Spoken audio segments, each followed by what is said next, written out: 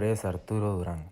En este documental les voy a estar hablando sobre la década de los 80 en Honduras, mejor conocida como la década perdida y los albores de la globalización en Honduras.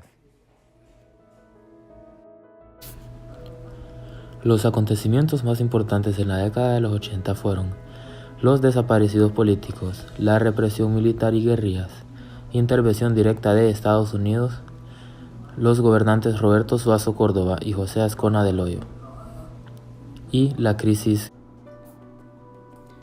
Los desaparecidos políticos.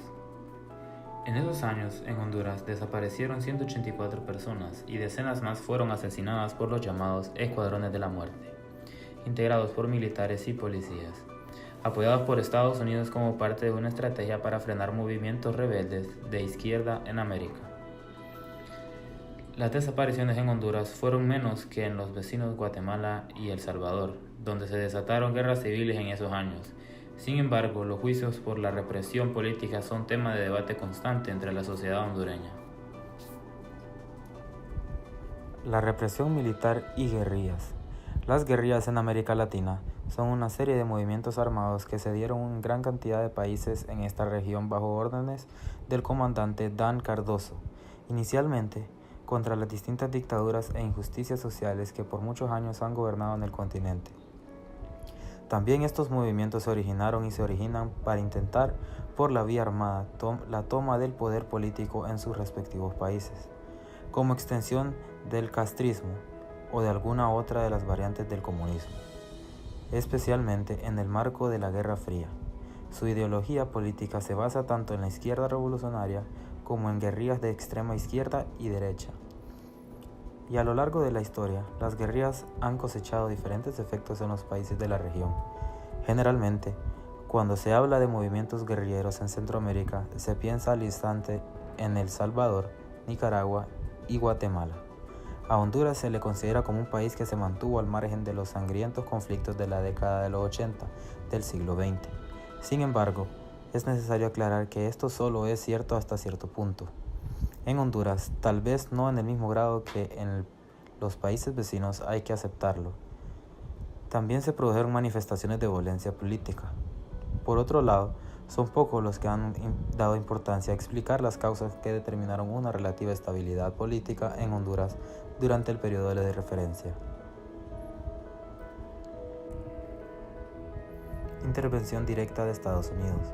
Estados Unidos ayuda a Honduras a establecer la democracia porque a la superpotencia no le convenía que Honduras pasara por la misma inestabilidad política de sus vecinos centroamericanos, ya que esto significaría uno más de los tantos problemas que enfrentaban los norteamericanos con la ya establecida presencia de regímenes comunistas como el de Nicaragua y Cuba en la región. Los gobernantes en los 80. Roberto Suazo Córdoba. En 1980, los militares encabezados por el general Policarpo Paz García, bajo presión del gobierno de Washington, decidieron restaurar el poder civil en Honduras, bajo una nueva constitución de 1981. Para este motivo, Roberto Suazo fue elegido presidente de la Convención Constitucional. Debido a su popularidad entre los liberales, Suazo Córdoba llegó a ser su candidato presidencial para las elecciones del 29 de noviembre de 1981. En noviembre de ese mismo año, Suazo se convirtió en el primer presidente constitucional de Honduras, luego de 10 años de gobierno militar. El doctor Suazo Córdoba tomó juramento y la presidencia de la República un 27 de enero de 1982. Llegó al poder bajo la promesa de llevar a cabo un ambicioso programa de desarrollo económico y social en Honduras. Esto con el fin de revertir los efectos de la recesión por la cual atravesaba el país. Para este plan, Suazo contó con la ayuda de los Estados Unidos. Aunque la ayuda norteamericana llegó, el gobierno de Suazo Córdoba fue incapaz de revertir la mala situación económica del país. El déficit del país se fue por las nubes con la incrementación de los gastos militares. Para tratar de darle solución a los problemas, Suazo Córdoba decidió, en 1984, reemplazar la mayoría de su gabinete. Al final, esto no tuvo los frutos esperados y la situación económica del país siguió de la misma manera o peor. José Ascona del Hoyo. Antes de tomar posesión como presidente constitucional, Ascona tuvo que soportar el ya autorizado llegue de tropas estadounidenses a Honduras. En total fueron 5.000 los soldados norteamericanos que se hicieron presentes para las llamadas Tareas Conjuntas General Terencio Sierra, aprobadas por la Secretaría de Estado estadounidense y el gobierno de Suazo Córdoba.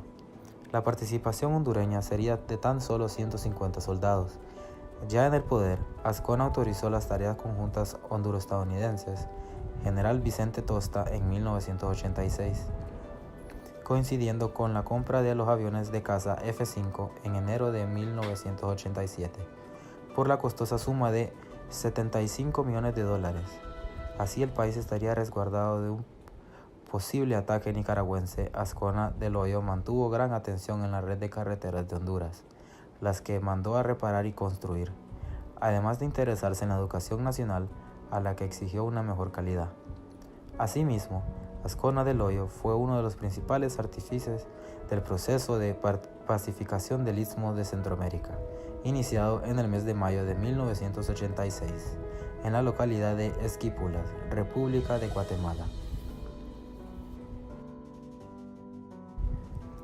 La crisis económica y su lenta recuperación. Para 1982, casi todos los países latinoamericanos y caribeños habían sido afectados por la más profunda y prolongada recesión económica de los últimos 50 años. La creciente dependencia de la economía hondureña en la ayuda externa se vio agravada por una severa disminución en toda la región económica durante la década de 1980. La inversión privada se desplomó en 1980 y la fuga de capitales de ese año fue de $500 millones. Para empeorar las cosas, los precios del café cayeron en el mercado internacional en la década de 1980 y se mantuvo baja durante toda la década. Honduras entró en la década de 1990 con algunos factores a su favor: una paz relativa y un gobierno civil con menos interferencia militar en la política y la economía del país. La década de 1990 vio el resurgimiento del banano debido a su demanda en Europa. Espero hayan disfrutado del video y muchísimas gracias por su atención.